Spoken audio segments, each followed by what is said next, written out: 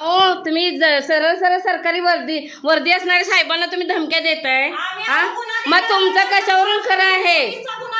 अहो ती पण लेडीज म्हणते गुन्हा घ्या माझा, ती म्हणते मला नवरा नाहीये, माझा नवरा सोडून गेलाय, त्या बाईचा नवरा मला ब्लॅकमेल करतोय, 6 महिने झालं माझं रिलेशन बंद आहे म्हणून ती आता हे करते, रूम बदलले. बहिणीच्या नवऱ्याने त्यांना ताकीद केलेली एकदा पर्सनली, त्यांच्या बहिणीच्या नवऱ्यानं त्यांना फोन करून ताकीद केली ती लेडीज आपल्या भरोश्यावर राहती या आणि तुम्ही वारवून तिला तिची छेडखानी कशासाठी काढली म्हणून.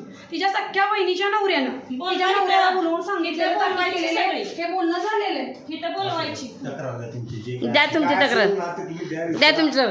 सरकारी कामात अडथळा आणताय, ड्रेसवाल्यांना धमक्या देताय, कशावरून ह्यांच्या मुलीला छेडछाड केली. अजून 13 वर्षाची लहान मुलगी आहे, मुलींची बदनामी करताय का तुम्ही विनाकारण? ते तुमच्या जीवाला विचारा मॅडम. अहो असं नाही, तुमच्या वर्तणुकीवरून आता मला तर वाटतं स्पष्ट सगळं खोटं आहे. तू बोलवलं नाहीस, मी आले. तू बोलवायला मला काही लावलेलं नाहीस भावना. तू कोण आहेस? तू कोण आहेस मला बोलवायला? तू कोण आहेस बोलायला? बाहेर निघ.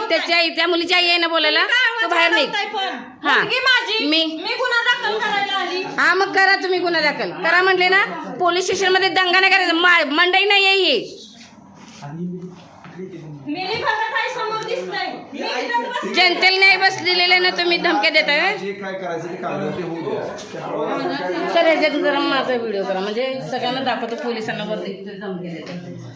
असं पोलिसांना धमक्या देऊन दादागिरी करून ब्लॅकमेल करताय.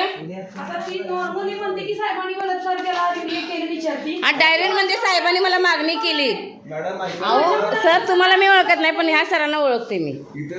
मग मागणी करा. हे जरा धरी व्हिडिओ कर आणि व्हॉइस रेकॉर्डिंग आहे, कोण काय बोललं, आपण काय बोललो याचं नाही. रेकॉर्डिंग. मगापासून मी त्यांना समजून सांगायला लागले, समजून सांगायला. डायरेक्ट म्हणजे साहेबांनी मागणी केली आणि त्यातली आणि रजिस्टर वरती काय बाजार म्हणले तुम्ही खा देशील न्यायची मॅडम वरती होते. तुम्ही ते ऐका आम्हालाही माणूस काय किंवा काय ठीक आहे. आपण एक माणूस की जवळ जाऊ दे, लहान मुलगी आहे, पुढे काय वाढायला नको. आपण समजून सांगून मिठवायला आलोय, तर ते आमच्यावरतीच पावसाळ्यात ठेवायला लागलेत. ऐका कितपत सहन करायचं मग पोलिसांना धमकी देते मला, तुम्ही कितपत सहन करा माणूस. द्या तक्रार तुमच्या आता.